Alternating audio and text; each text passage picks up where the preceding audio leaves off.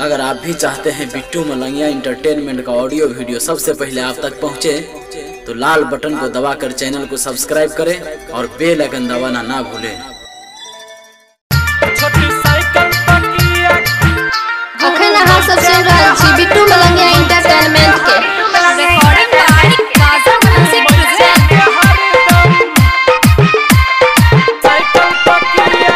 DJ Sanjay Samrat, आप सुन रहे हो काजल म्यूजिक की प्रस्तुति। छोटी साइकिल पकिया घूमै छ गे हरदम, मैचा गे हर घूमै छ गे हर, तोरा प्यार के पायल बाजै हौ छम छम, बाजै हौ छम। छोटी साइकिल पकिया घूमै छ गे हरदम, प्यार के पायल बाजै हौ छम छम। एना तू कैला उतान होई छ, उतान होई छ गे, एना तू कैला उतान होई छ, उतान होई छ। एक मुस्की के सोना, एक मुस्की कैला तू जान मारै छ, जान मारै छ। एक मुस्की कैला तू जान मारै छ, जान मारै छ। डीजे बिट्टू मलंगिया जान मारै छ, मधुबनी। जान मारै छ। डीजे संजय सम्राट, मुस्की कैला तू जान मारै छ।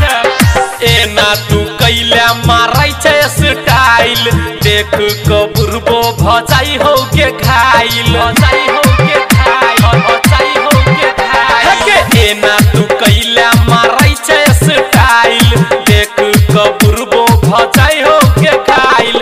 सबके देखा क तू फोन करै छ, तू फोन करै छ के, सबके देखा क तू फोन करै छ, फोन करै छ।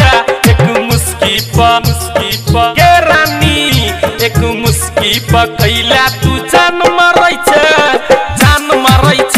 एक मुस्की कैला तू जान मारै छ, जान मारै छ। डीजे बिट्टू मलंगिया मुस्की कैला तू मधुबनी।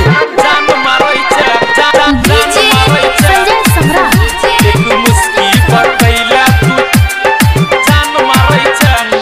हमरा से तू कले न सेटिंग, तोरे जरे रोज करब गे डेटिंग, करब गे डेट, करब गे डेट गे। हमरा से तू कले न सेटिंग, तोरे जरे रोज करब गे डेटिंग।